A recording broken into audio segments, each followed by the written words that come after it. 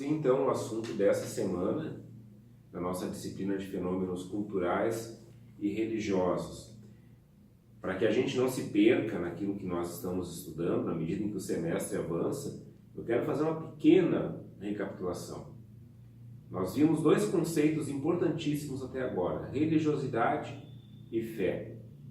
Religiosidade, busca de sentido, as grandes perguntas existenciais, algo que está muito ligado com o significado da palavra religião em religar. Fé, quando nesta busca de sentido, movidos pela religiosidade, nós fazemos a experiência de novos sentidos para a vida. Nós temos revelado para nós uma outra dimensão de existência, uma outra possibilidade de viver e, livremente, nos convertemos ou não a isso. E a partir disso, então, nós passamos a fazer uma releitura da realidade.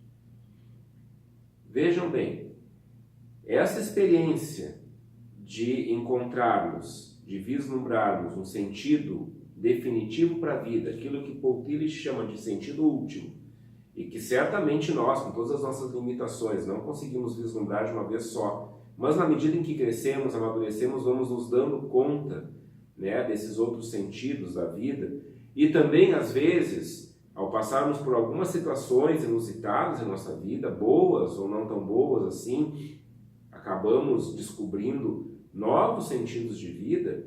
Essa experiência, ela é uma experiência existencial. E como experiência existencial, ela é feita com o todo da vida.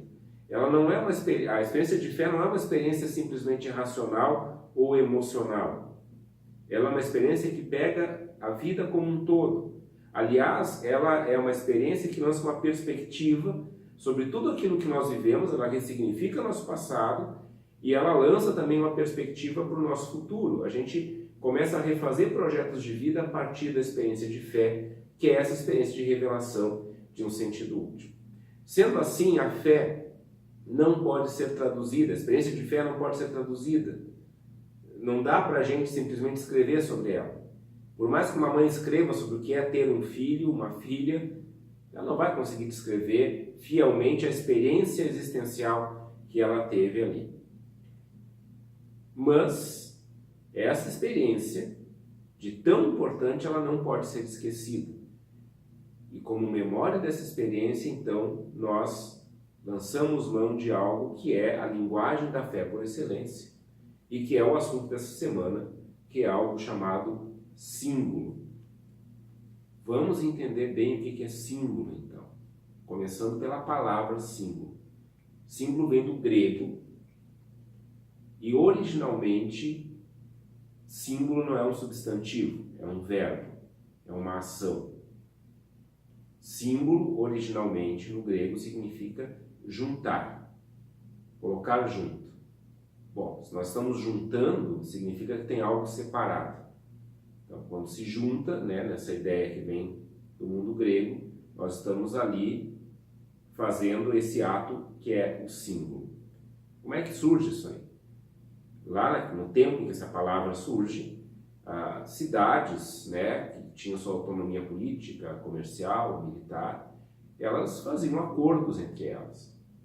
E o acordo ele era selado com algo que poderia ficar nas cidades que fizeram o acordo, guardado de uma forma segura, sem que se perdesse, e quando se precisasse lembrar esse acordo, aquilo fosse trazido como prova de que o acordo foi feito. O que eles faziam, geralmente? Pegavam uma tabuletinha de cerâmica, mais ou menos o tamanho de um celular, vamos dizer assim, quebravam ao meio, e cada cidade ficava com uma metade. Cada vez que era necessário evocar este acordo feito pelas cidades, os representantes traziam suas metades e juntavam. Este ato de juntar as duas metades é bom, ser metade é claro, só tem duas, tudo bem. Esse ato de juntar as metades, formando um todo, era nessa língua chamada de símbolo. Então, símbolo é algo que junta o que estava separado. Essa é a primeira ideia. E essa palavra tem um antônimo, tem um contrário, que é diabólico. O diabólico é o que separa aquilo que estava junto. Então já fica a dica, né? Quando a gente ouve falar em diabólico em alguns textos bíblicos, por exemplo, é uma metáfora da separação daquilo que estava unido. Então, o símbolo é o que junta aquilo que estava separado. Ora, se nós pensamos em símbolo como linguagem da experiência de fé, o que estava separado ali que nós precisamos juntar? O que estava separado que a gente precisa juntar e que a gente vai ter ali em alguma coisa que nos lembre dessa experiência é a nossa própria vida. A experiência de fé é a experiência de dar unidade a toda a vida da gente. E essa unidade significa que nós vislumbramos ali qual é o grande sentido da nossa existência. E quando nós fazemos experiências como essas, a gente sai dali com algo que nos lembra da experiência, nós estamos juntando a experiência em si, a nossa história e o nosso projeto de vida. Aquele símbolo reúne tudo isso. Ele tem uma dimensão visível, que não necessariamente é visível no sentido do olhar, pode ser visível num sentido auditivo, não estou ficando louco, é verdade, né? Uma música pode ser um símbolo, quer dizer, aquilo ali é concreto, a gente escuta, pode ser o aroma de alguma coisa que me lembre da experiência de totalidade da vida, enfim, alguma coisa concreta aos sentidos vai me trazer de volta essa experiência, vai me lembrar dessa experiência e vai fazer com que eu continue fiel a essa experiência. Isso é símbolo. Vamos dar alguns exemplos? Muito bem. Quem aqui não lembra da obra do Tolkien, O Senhor dos Anéis, né? Que deu também os 3 filmes oscarizados, enfim. O Senhor dos Anéis é uma infinidade de símbolos, de metáforas, enfim. Bom a gente lembrar, Tolkien escreve isso aqui como uma metáfora da Segunda Guerra Mundial. É um dos melhores retratos daquilo que acontecia na Europa, no pré-guerra e depois também durante a guerra. Então, isso não vou entrar agora, porque senão a gente se alonga muito. Mas tem um símbolo aqui no Senhor dos Anéis que para mim é muito didático, que é aquela espada. Vamos lembrar dos filmes, lá no primeiro filme, não vou falar no livro que nem todo mundo leu, mas o filme todo mundo lembra.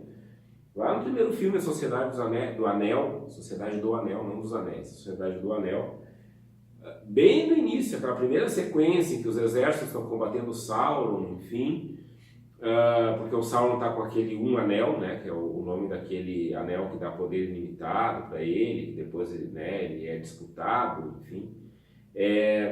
Tem lá uma sequência em que um dos reis ataca o Sauron com uma espada, o Sauron quebra essa espada, e aí um outro rei pega aquilo que restou da espada e decepa os dedos do Sauron, e com isso derrota ele, né?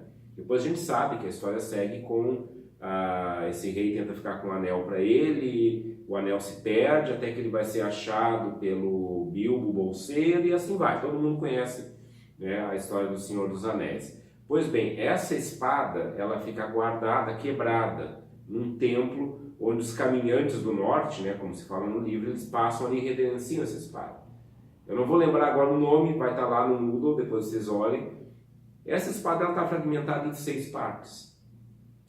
E ela, de certa forma, representa a relação desses reinos da Terra-média depois dessa guerra contra o Sauron.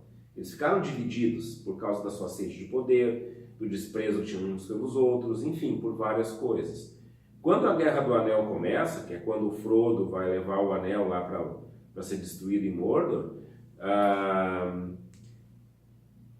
lá pelas tantas, o Aragorn, que é um dos aliados deles, ele vai chegar até a espada. Vamos descobrir que aquele ali é o herdeiro, enfim, do rei que tinha essa mesma espada.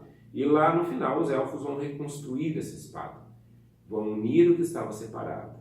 E sob essa espada, este rei, Aragorn, vai reunir os vivos e os mortos na batalha final contra Sauron.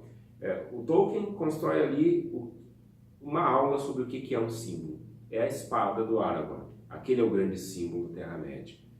Para a gente não ficar só no mundo da fantasia, o símbolo é muito concreto. Eu estou sentado em algo que acabou se tornando um símbolo. Essa cadeira de balanço era da bisavó da minha esposa, isso aqui tem muito tempo. E é aqui uma memória que tem dentro de casa. E para mim o principal símbolo que é esse aqui, que eu carrego comigo, nesse dedo, desde novembro de 1996.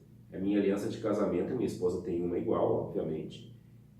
E ela reúne aqui, além de tudo aquilo que é a nossa relação de marido e mulher, reúne aqui também algumas coisas que marcam a nossa vida, marcavam e marcam ainda. Ela é uma aliança que é uma dezena do terço, aquela oração católica, né? E isso tem a ver com a nossa juventude, nossa adolescência e até o lugar onde nós começamos a namorar, que foi no ambiente do grupo de jovens católico, né? E também porque o terço é uma oração marial, né, que a gente chama na Igreja Católica, e nós crescemos dentro desse ambiente. Nossas famílias sempre, né, estavam sempre participando de uma paróquia que em Viamão chama Nossa Senhora da Conceição. A cidade onde nós moramos, ela tem muita referência à imagem de Nossa Senhora. Então, os símbolos estão aí, reunindo os fragmentos da vida para que a vida tenha sentido. Vocês vão encontrar, além desse vídeo, do vídeo que eu fiz sobre o fórum, vocês vão encontrar alguns bons vídeos nessa semana no Moodle falando mais profundamente sobre símbolo e mais um capítulo do Tillich onde ele explica símbolo. E, atenção, o primeiro trabalho de avaliação está lá no Moodle, é uma atividade, uma tarefa, vocês vejam, todas as ordens estão lá para vocês fazerem. Então, bom estudo, boa aula, até a próxima.